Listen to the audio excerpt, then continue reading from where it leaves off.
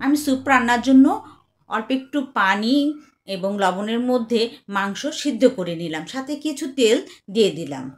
একটি বাটিতে অল্প পানির মধ্যে কর্নফ্লাওয়ার গুলে নিলাম, আরেকটি বাটিতে দুটো ডিম আমি ফেটে রাখলাম। এরপর একটি বাটিতে আমি chilli sauce, tomato sauce, soya sauce গুলিয়ে রেখে দিলাম।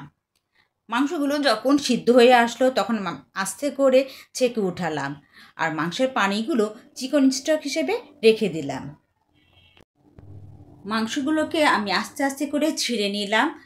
এরপর আমি চিকেন স্টক পানির মধ্যে এই মাংসগুলো ছেড়ে দিয়ে আরও কিছুক্ষণ রাখলাম এবং সাথে কিছু টেস্টিং সল্ট এবং গোলমরিচের গুঁড়ো দিয়ে দিলাম। এরপর আমি কর্নফ্লাওয়ারগুলো আস্তে আস্তে করে ঢেলে দিলাম এবং চুলোর আঁচটা কমিয়ে দিলাম, সাথে নাড়া দিতে লাগলাম যাতে করে এটা থোক বেঁধে না যায়। তারপর আমি ডিমগুলো ঢেলে দিলাম, এখনও আমি চুলোটা কমিয়ে দিয়ে আস্তে আস্তে করে নাড়া দিতে লাগলাম। তার কিছুক্ষণ পরে আমি সবগুলো গোলানো সস এখানে ঢেলে দিলাম এবং নাড়াচাড়া দিতে থাকলাম। এভাবে বেশ কিছুক্ষণ নাড়াচাড়া দেওয়ার পর আমি কিছু কেটে রাখা কাঁচামরিচ এবং লেবু পাশে রেখে দিয়েছিলাম।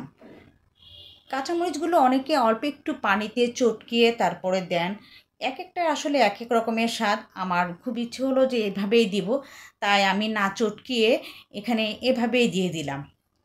এভাবে দেওয়ার পর আমি কিছুক্ষণ নাড়াচাড়া দিলাম। যখন এটা দেখলাম হয়ে আসছে তখন আমি আস্তে করে চুলোটা বন্ধ করে দিব। বন্ধ করে দেওয়ার পর আমি লেবুটা চিপড়ে দিব সম্পূর্ণ জায়গায় ঘুরিয়ে ঘুরিয়ে। আমার স্যুপ রেডি।